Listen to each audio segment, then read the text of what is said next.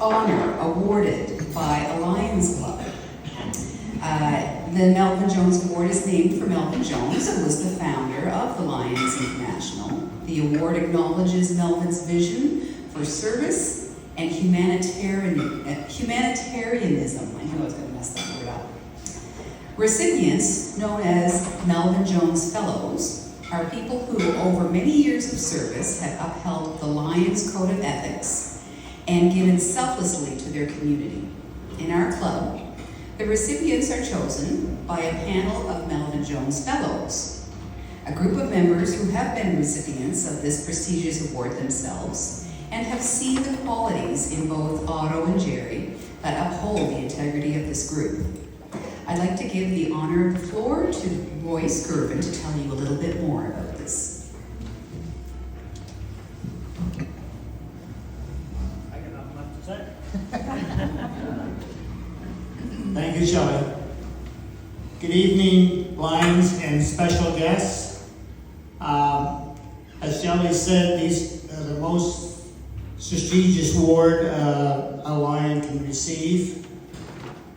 Every year we meet as past Melvin Jones Award winners, and next year we'll have one more to add to our list of committee to select the next two.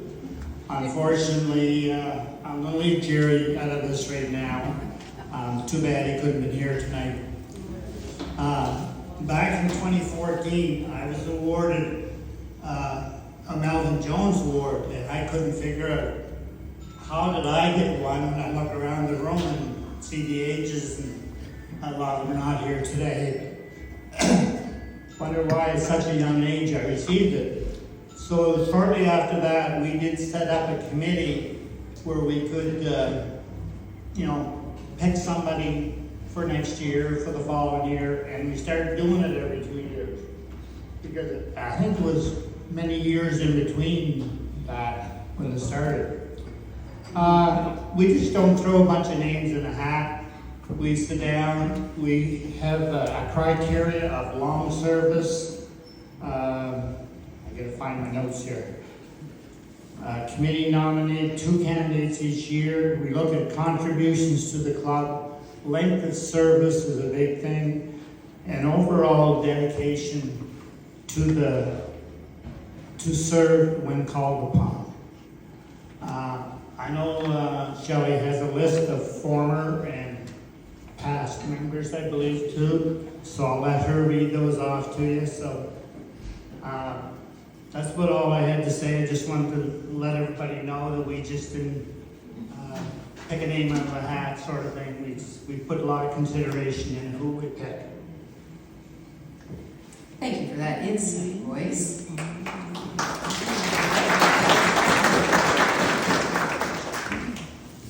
As Royce indicated, there's a plaque on the back wall with all of the previous recipients from the Lions Club. And I'm just going to name them. There's 17 of them, and some of them are not with us anymore, and some of them are with us.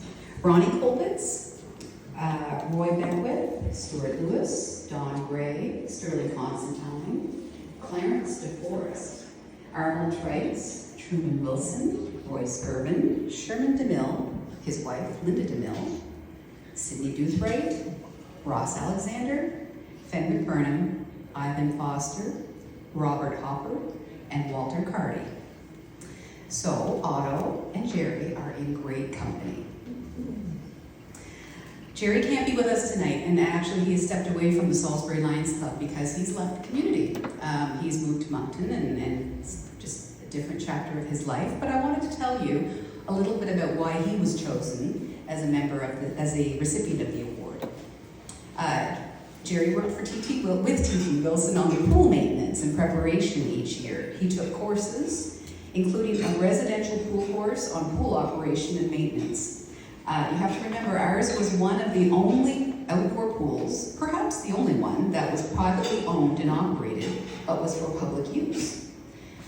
In addition to the annual cleaning and painting, he was there daily to ensure the chlorine levels were optimum and that all the pumps and equipment was working properly, and took action when it was necessary. When others panicked about the loss of water in the pool, apparently Jerry could quote you figures and what's normal in terms of pool evacuation and expected leakage through the concrete of a pool. No need to panic. Jerry also took on duties outside the pool area that could often be seen using his own tractor and mower to cut and trim the grass to keep the pool and playground area looking as good as possible. This was typical volunteer work by him. He was seldom reimbursed for any of his expenses. Jerry is meticulous in his activities towards environmental protection and sometimes expressed his annoyance at those who failed to sort the garbage as required for recycling. He was spotted on more than one occasion inside the garbage bin cleaning up improperly discarded trash, often not even in bags. So needless to say, there were very few other Lions rushing to help him in this weekly chore. Jerry was the primo bingo caller. He went above and beyond the call of duty. He could always tell the number of participants without even counting cards as the rest of the folks did. Some of the bingo clients challenged actions or rulings of the bingo team on a given night, but if Jerry was on, then the ruling that he was supported was usually right and seldom successfully challenged. So unfortunately, Jerry sold his house. Today's the closing date, and he's not here because of that. We will ensure that he receives his actual award and that they're treated to a lovely dinner as well in a future time. On to Otto Boss. Put your hand up in this room if you are related by blood, sweat, or marriage to Otto. Quite a few, huh? Don't want me, though.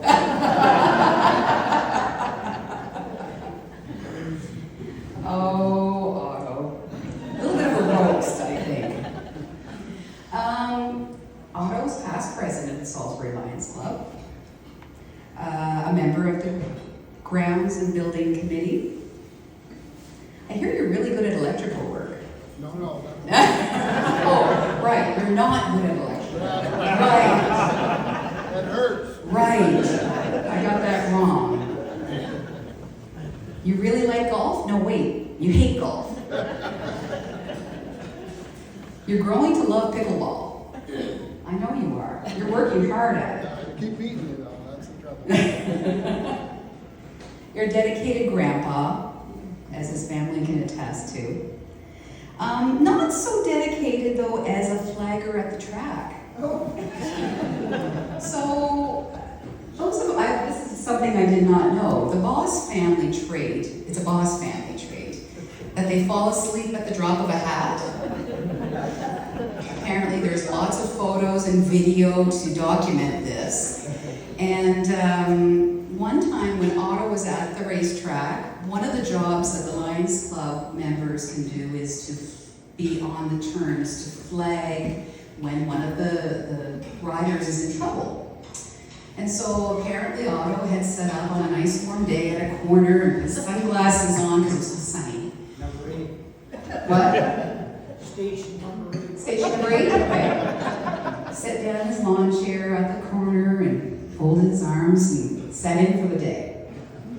And so apparently there was a little incident in front of him on his turn, and people were jumping in to help, and Otto just sat there. Seemed a bit strange until they realized that he was asleep. So I was not allowed to be a flagger anymore.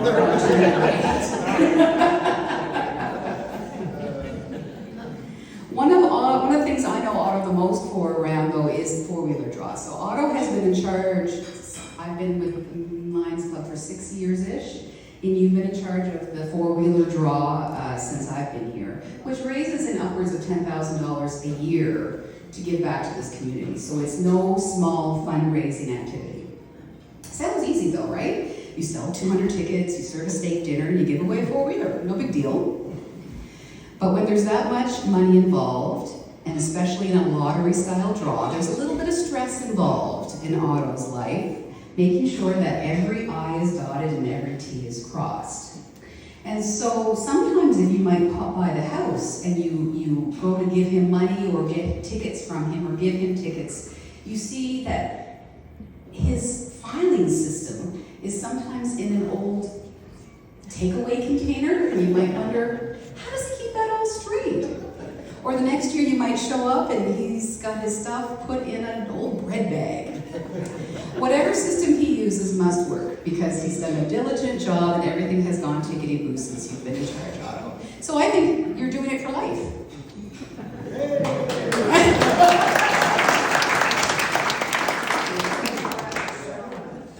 For these reasons, and the hours too numerous to count that you have dedicated to this community, we celebrate you and Jerry Williamson as well, and we congratulate you on your Melvin Jones Award. Would you come up, please?